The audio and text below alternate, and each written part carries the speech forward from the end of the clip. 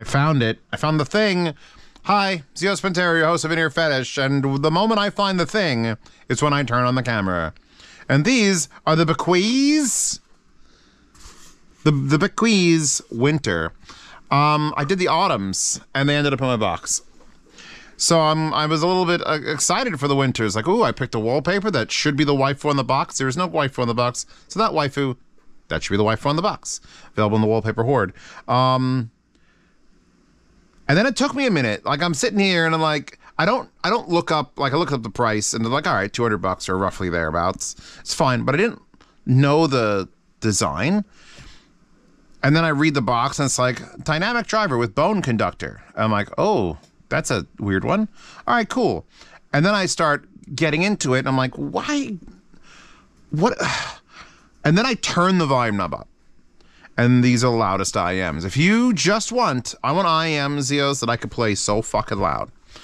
Here they are. You know why you could play them so loud? Excuse me, miss, while I actually look at things. Because it has not a 10, but a 12 millimeter dynamic. And then on top of that, or next to it, or behind it, I don't know actually how the orientation is, an 11.6 millimeter, so a little bit smaller, fucking PTZ bone conduction. That's two massive things.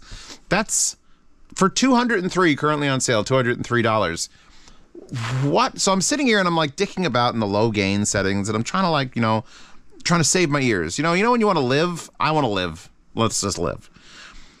And then I was just like, wait, look at it. Maybe a higher gain. And I flipped it on to high gain on one of these amplifiers. I think it was this SSL.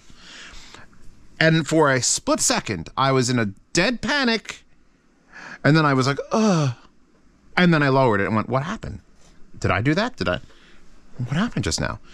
So then I just started creeping up the volume on any amplifier. Well, it's a single-ended, so I'm stuck with only these three again. But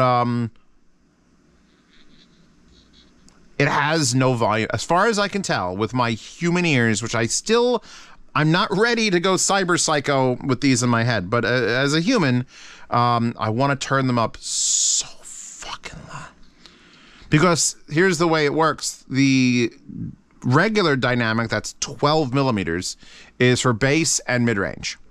And the bone conduction is actually for the highs and mid-range. But they're massive. That's 12 plus 12, essentially. And it's like, if you play these quietly, they just sound like a normal IEM. They just sound like they could just blend into anybody else's thing, and you're just like, all right, cool, I got this. I'm on medium gain here on the Rebel amp, and if I go, they're easy to drive. I mean, drivers, when they're larger on a speaker, the bigger the driver, the less it has to move the same amount of air. So 5 watts makes a speaker do this, which is fine when it's this big, but when it's a little tiny speaker, 5 watts makes it move like this, but it's a little, then it's fine. You understand, right? You understand how efficiency works? She understands. These things come alive at just under hearing damage. So the only people that should buy these are the people who are like, nah, man, fuck it.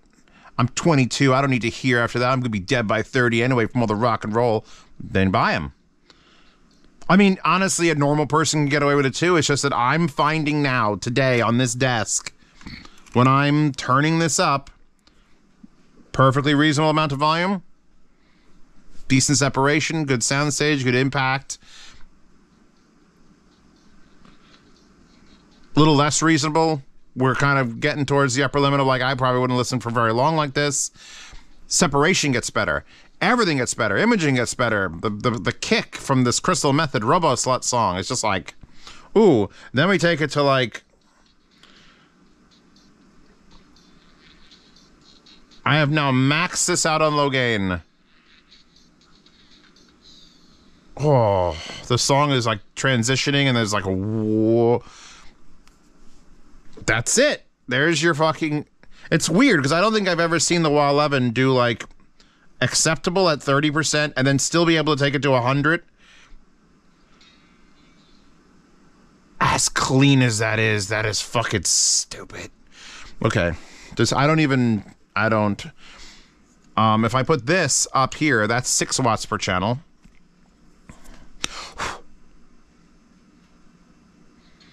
Okay, no, that'll be the end of my career. These make you want to end your career, whatever your career is. If your career is hearing things, then this will do it. Because I've turned other IEMs, like you could just tell. I'm going to unplug them now so I don't risk blowing anything up. You can just tell when an IEM, by the way, here's what they look like. They're kind of pretty.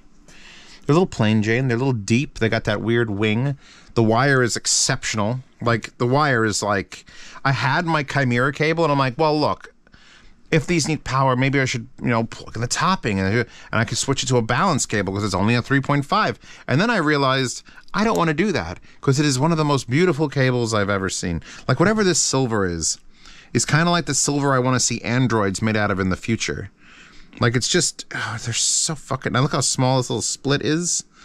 This is a gorgeous goddamn cable. Here's the case. It comes with the stainless steel settings for the different reference or atmosphere tips, which I did not try because I'm just on my kick of, like, I recommend all these other ones. I ended up with the Dunu SS tips on there second. I tried the foams first for bone conductivity, and of course it does come with some foams in the case, which, by the way, the case is just a zippery case. I want to give these a full recommendation, but you gotta take my word on it. They're gonna sound pretty average. They're gonna sound, you know, $200 IEM has, that's enough for like 99% of people who actually own IEMs. If you're coming off a set of you know, what's the one, Raycons or something, these will destroy them in sound quality. But if you're someone who does IEMs for a living, or like you just have a collection, I guarantee you these will be the most biased to the highs. Anyway, like I was going to say an hour ago when I cut myself off, shit, I forgot what I was going to say now. Now that I made that intro, because I remembered, and I'm like, I remembered what I had to do. You know, you could just tell with an IEM that there's like a happy zone. Like, no one likes their IEM at 5% volume. But then again, no one likes their IEM at like 220% volume. It's like, it's too loud. There's like a perfect balance of where an IEM sounds its best, where it's not overdriving any particular section of it or underdriving it, and it all sort of blends. That's the same with speakers and everything else. Some speakers just don't play well low, and some speakers explode when you play them too high. These, I'm watching the speedo as I turn the knob, and we are not even at cruising speed at loud. These are for the deaf. Like, if you're completely legally deaf, buy these. I don't know if they'll hold up when you put them to the point of like, but you'll hear them. The deaf will hear these. And the bone conduction might actually make that a thing. I don't know how that works, especially since the bone conduction is for the highs. So, oh yeah, that has an interesting little vent here. They got a 3-hole vent on the back side of it. And then another vent there. It's doing a thing. These are doing a fucking thing, and they're doing it with the gorgeous accessories. I would never have guessed a BQEYZ cable would be this. It's just like the most silvery gunmetal I've ever seen. The end. Get your wallpaper in the Horde. If you desire a set of IEMs that only sounds its best when you're fucking hammering it, these. I'd probably take the Autumns over them because I like to be able to hear things.